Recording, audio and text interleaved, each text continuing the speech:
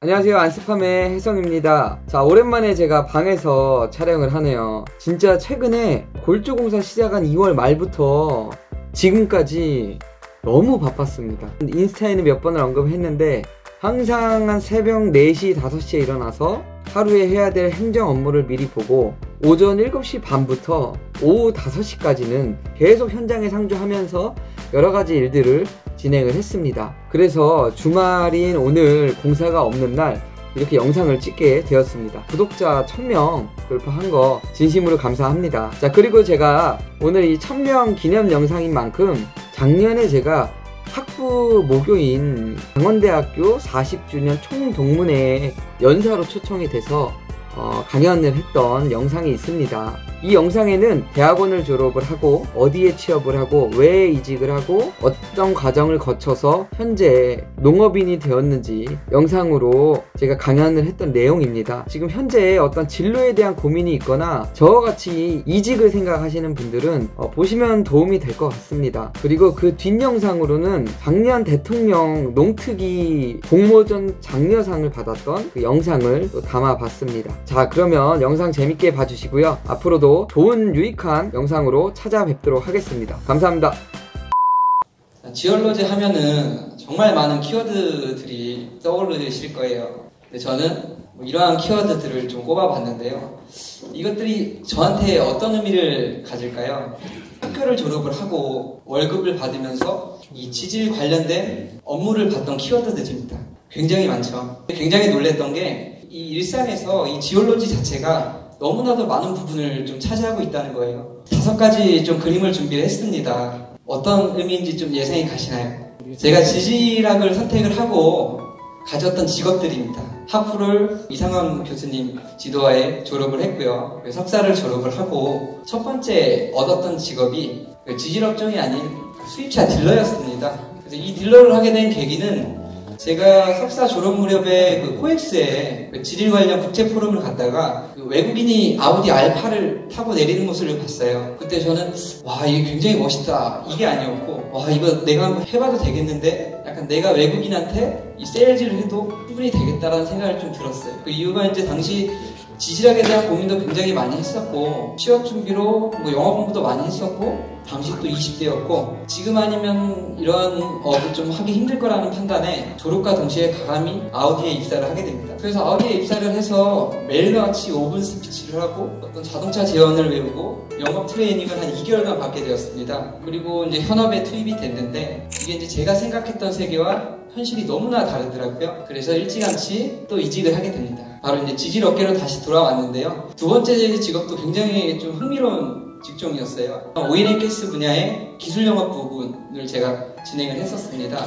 회사의 역할은 뭐냐면 유명한 소프트웨어들을 국내 공기업이나 대기업에 이렇게 영업을 하는 그러한 일이었는데요. 사실 이 소프트웨어가 업데이트가 되든지 신규가 출시가 되면은 제가 직접 그 개발국으로 날아가게 됩니다. 그래서 저는 한 7개월 정도 일을 하면서 미국도 갔다 오고 프랑스 출장도 갔다 오고 다양한 나라들을 좀 다녔습니다. 근데 이 회사를 다니면서 굉장히 좋았던 경험은 이 지질학과 졸업생으로서 이 지질학 툴을 개발하는 개발자와 대화를 할 수 있는 그런 굉장히 좋은 경험을 좀 얻었던 회사입니다. 그래서 사실 이 영업 활동을 할 때 지질학 동문분들 도움을 굉장히 많이 받았습니다. 이 영업 활동을 하려면 지질자원연구원, 석유공사, 가스공사, 광물자원공사, 대기업으로는 대우조선해양부터 해서 많은 기업들을 제가 방문을 했어야 됐는데 당시 저희 지질학과 동문분들께서 전국에 다 포진이 돼 있으시더라고요. 이런 부분이 굉장히 또 뿌듯했고 저에게는 많은 도움이 되었습니다. 자, 그리고 또 이직을 하게 됩니다. 사실 이 이직을 할 때 또 계기가 뭐냐면 전 직장에서 제가 이 툴들을 팔다 보니까 사실 이 툴을 사용을 할 줄 알고 실제 라이센스가 있기 때문에 국가 R&D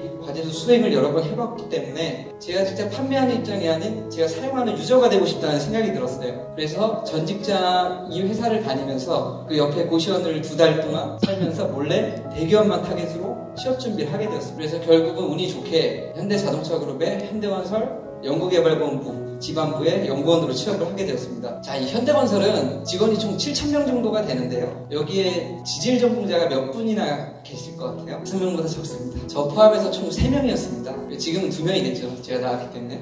이 얘기즉슨 모든 건설 현장의 공사, 건축물이라든지 토목공사라든지 항만공사, 그 지질조사가 필수적으로 이루어져야 되는데 거기에 관리를 하는 이 건설업계에는 지질 전공자가 없다는 것이죠. 이 말인즉슨 100% 하청을 준다는 얘기입니다. 따라서 이런 부분들이 좀 건설업계에서도 이 지질 자원들을 좀 뽑아서 운영을 해야 될 필요성을 좀 느꼈고요. 여튼 제 얘기로 돌아가자면 저 같은 상황이면은 이것이 이 회사 생활을 하는 데 있어서 사람에 따라서 굉장히 큰 장점이 될 수가 있고 단점이 될 수 있다고 생각을 합니다. 저 같은 경우는 이 지질학을 저의 좀 무기로 좀 사용을 했던 것 같아요. 사원 때부터 이 현대건설 내에서 이 7,000명 중에 지질 관련 업무는 내가 제일 잘한다. 몰라도 아는 척, 알아도 아는 척을 하면서 한 해 한 해 자신감을 가지고 업무를 수행하다 보니까 지질 관련된 저만의 영역이 생겼습니다. 2015년에 한 큰 사건이 한번 터지게 됩니다. 석촌 호수 인근의 터널 공사 현장에서 당시 이제 지바치마, 당시 싱크홀로 보도가 돼서 굉장히 이슈가 됐던 사건이 있었습니다. 자, 이 사건이 터지자마자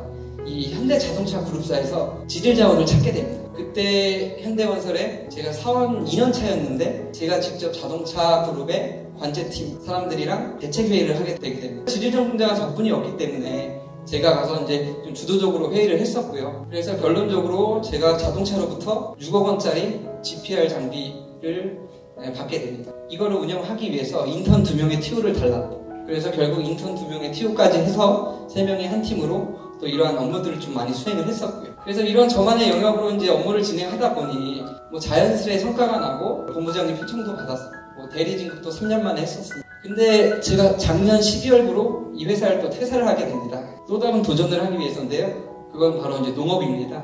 자, 제가 이번에 MBC에 출연한 그 캡처본이고요. 농업을 결심하고 9개월간 어떤 일들을 했고 어떤 도전을 해서 어떤 성과를 내는지 잠시 보여드리겠습니다. 소리는 안 나지만 이 내용을 보시면은 약 10년간 기부를 한다고 돼 있죠. 이때 상당히 제가 좀 겸손한 발언을 했죠. 10년간 어떻게 기부를 합니까? 근데 이제 이 부분은 제가 정말 꼭 지킬 거고요. 제가 9개월간 이뤄낸 것들입니다. 제가 이제 따낸 사업들인데요. 이거를 금전적으로 따져보면 95% 신용담보로 1%짜리 3억 원 융자를 받았고 100% 국비 지원을 2억 7천만 원을 지금 확보를 했습니다. 자, 이 성과를 내기 위해서 정말 믿기 힘드시겠지만 제가 지금 학부 때 땄던 하나의 자격증 때문에 이게 이루어졌습니다. 그게 뭐냐면 바로 응용지질 기사 자격증인데요. 그게 어떻게 된 거냐면 이 청년 창업농이 선정이 되기 위해서 제가 많은 노력을 했는데 이게 뭐냐면 국가에서 이번에 시행한 사업 중 하나로 이게 선정이 된다면 월 100만 원씩 3년간 3,200만 원을 주는 거예요. 굉장히 많이 지원을 하고 지금 수도권 지역은 한 6대1 정도 나오는 경쟁률을 좀 보이고 있고요. 근데 저 같은 경우는 이게 선정되기까지 아무것도 없었기 때문에 저는 이 지침을 좀 분석을 해봤습니다. 근데 거기에 보니까 이 자격증 포션이 굉장히 크더라고요. 기타 자격증은 10개가 됐든 20개가 됐든 3점밖에 안 줍니다. 근데 농업 관련 자격증은 하나당 5점을 주더라고요. 그래서 그 근거 자료를 가지고 지자체 공무원을 찾아가서 이 가산점을 받게 된 거예요. 그래가지고 결국 올해 4월에 이게 선정이 되고 제가 여러 가지 사업을 따면서 8시 뉴스에도 출연을 하게 된 거였습니다.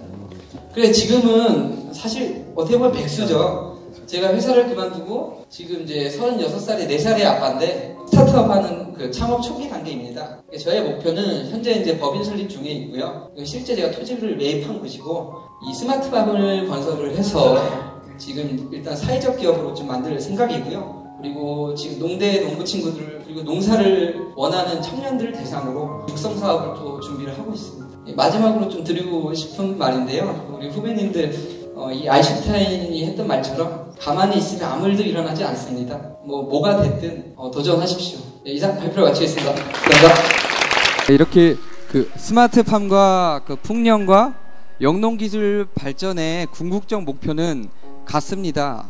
결국은 품질 향상과 수확량 증대입니다.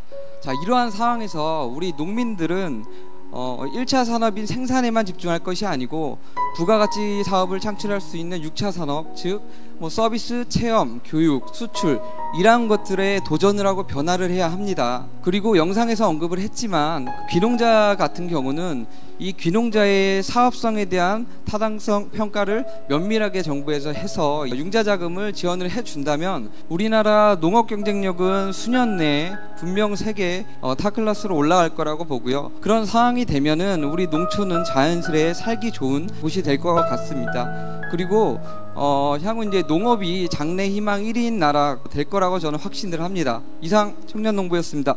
감사합니다.